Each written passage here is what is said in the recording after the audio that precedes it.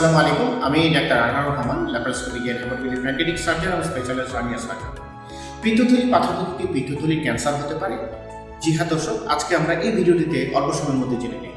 আমাদের কাছে অনেক রোগী আসে যে রোগীগুলো দীর্ঘদিন ধরে পিত্তথলি পাথর নিয়ে বহন করে, বিশেষ করে বয়স্ক মানুষ যাদের বয়স 50-60 বছর হঠাৎ করে আমার কাছে আসে পেটে ব্যথা নিয়ে এবং ইনসিডেন্টালি ডিটেক্ট হয় যে তার পিত্তথলি ক্যান্সার এবং আনসালতে দেখা যায় তার পিত্তথলি ক্যান্সারটি লিভারে চলে গেছে।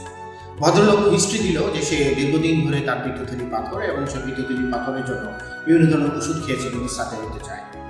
অবশেষে তার সেই পিত্তথলি পাথর থেকে কিন্তু পিত্তথলি ক্যান্সার রোগ নির্ণয় হয়েছে। এটাতে প্রমাণিত হয়, রিসার্চে দেখা গেছে পিত্তথলি ক্যান্সারের অন্যতম একটি কারণ হলো পিত্তথলি পাথর। আমাদের দেশের অনেক রোগী যারা পিত্তথলি পাথর নিয়ে ঘুরে বেড়াচ্ছেন, অবহেলা করছেন, তাদের সেটি বলবো যে পিত্তথলি পাথর থাকলে সার্জারি করুন এবং সেটা নিয়ে কোনো অবহেলা করবেন না, কারণ পিত্তথলি পাথর হতে পারে পিত্তথলি ক্যান্সার অন্যতম কারণ।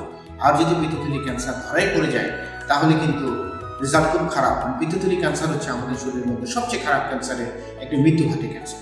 সুতরাং পিত্তথলি পাথর নিয়ে আর অবহেলা নয়, দ্রুত সার্জনের কাছে যান এবং পরামর্শ নিন সার্জারি। সবাইকে অসংখ্য